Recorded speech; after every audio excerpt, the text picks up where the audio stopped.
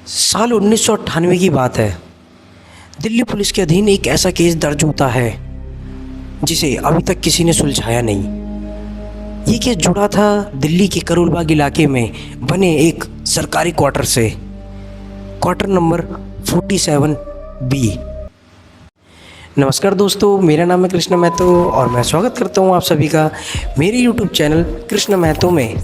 तो दोस्तों, मैं आपका भाई फिर से आप सभी के लिए एक नई वीडियो लेकर आया हूँ जिसका टाइटल है क्वार्टर नंबर 47 बी।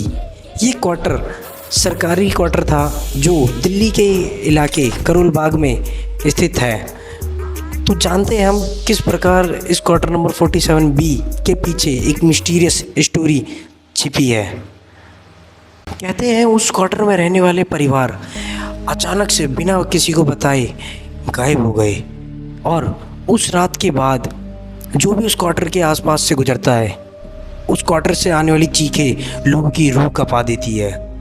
राजेश 32 साल का पत्रकार, वो कुछ ऐसे ही अनसुलझे केस पर रिसर्च करता था और जब ये केस उसके हाथ लगा तो उसके मन में एक ही बात आई, अगर मैं इस केस को उजागर कर दूं तो मेरा नाम भी इतिहास के पन्नों में लिख दिया जाएगा।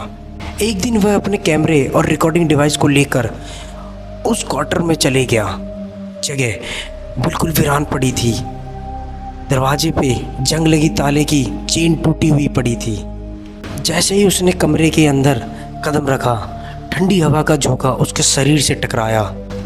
कमरे के कोनों में धूल, टूटी हुई चारपाई और दीवार पे मानो जैसे खून के धब्बे धब्बे हो। राजेश ने जैसी टॉर्च ऑन की, उसे दीवारों पे बच्चों के हाथों से बनाई हुई कुछ तस्वीरें दिखी। एक घर, एक औरत और बीच में एक काला साया। लेकिन राजेश ने जैसे ही उन तस्वीरों की तरफ देखा, उन तस्वीरों में से उनका चेहरा गायब था। राजेश ने अपना कैमरा निकाल के जैसे ही फ़ोटो खींचना चाहा, उसकी टॉर्च अपने आप बंद हो गई। अंधेरे में उसे किसी की कदमों की आहट सुनाई दी, ठक ठक ठक। उसने सोचा कि शायद कोई अंदर आया है, लेकिन उसने जैसे ही पीछे मुड़कर देखा तो वहाँ पे कोई भी नहीं था। रात के ठीक 12 बज रहे थे। राजेश ने अपने रिकॉर्डिंग डिवाइस में आवाज़ रिकॉर्डिंग करना शुरू कर दी। राजेश की रिकॉर्डिंग आवाज़ में से अचानक किसी औरत की करहाने की आवाज़ आई। क्यों मारा मुझे, मेरा बच्चा, मेरा बच्चा, ऐसे करके आवाज़ें आने लगी। राजेश का दिल बहुत तेज़ी से धड़कने लगा। उसने हिम्मत करके उस अंदर वाले कमरे का दरवाज़ा खोला और उसने उस कमरे में देखा एक टूटी हुई अलमारी जिसके अंदर एक डायरी पड़ी है और डायरी के पहले पन्ने पर लिखा था, अगर ये पढ़ रहे हो तो भाग जाओ यहाँ से, वो तुम्हें भी जिंदा नहीं छोड़ेगा। राजेश को डायरी की लिखावट पढ़ते पढ़ते सच्चाई का पता चला। इस कमरे में एक खुशहाल परिवार रहता था, पति, पत्नी और एक 6 साल की बच्ची। उस पति ने अपनी पत्नी और बच्ची दोनों की हत्या कर दी और खुद को फांसी लगाकर मार दिया। लेकिन पड़ोसी कहते हैं पुलिस जब उस रात उस क्वार्टर के अंदर गई तो उन्हें किसी की भी लाश नहीं दिखी और किसी का भी शव नहीं दिखा और ना कोई खून, जैसे मानो सब हवा हो गया हो। तब से ही वो क्वार्टर पुलिस ने सील कर दिया।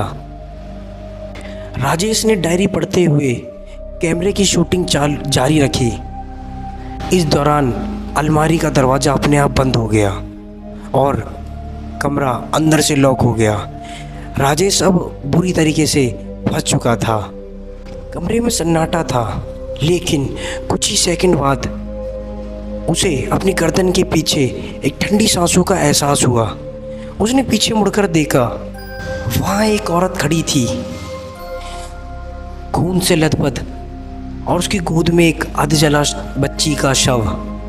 उसकी आंखें सीधी राजेश पर टिकी थी। औरत की आवाज़ गूंजी, तू भी उसी तरीके से आएगा और यहीं रह जाएगा। राजेश चीखने लगा, दरवाज़ा पीटने लगा, लेकिन दरवाज़ा खुला ही नहीं। कैमरे की रिकॉर्डिंग में चीखे और एक बच्ची की हंसी गूंज रही थी।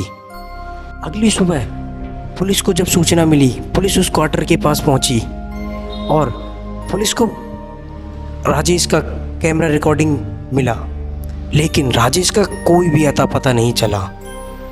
क्वार्टर के आसपास से भी गुजरते हैं तो उन्हें कैमरे की पीप पीप और चीखने चिल्लाने की आवाज़ सुनाई देती है और लोग कहते हैं जो भी उस क्वार्टर का राज जानने चाहता है वह कभी वापस नहीं आता है। मुझे नहीं पता राजेश की लाश किधर गई और मुझे ये भी नहीं पता कि उन फैमिली की लाश किधर गई और किस प्रकार वो फैमिली मरी। आपका पॉइंट ऑफ व्यू क्या कहता है? कमेंट बॉक्स में आप ज़रूर बताइए। तो दोस्तों, आपको क्या लगता है राजेश की मौत कैसे हुई और उसकी लाश कहाँ गई? आप अपना ओपिनियन कमेंट बॉक्स में देना मत भूलिएगा। कैसी लगी आपको ये मिस्टीरियस स्टोरी? आपको जैसी भी स्टोरी लगी हो आप कमेंट बॉक्स में अपना फीडबैक दे सकते हैं और लाइक कर सकते हैं अपने भाई को मोटिवेट करने के लिए और सब्सक्राइब कर सकते हैं अपने भाई से जुड़ने के लिए और ऐसी ही हॉरर एंड मिस्टीरियस वीडियो देखने के लिए और सुनने के लिए। जय हिंद, जय भारत।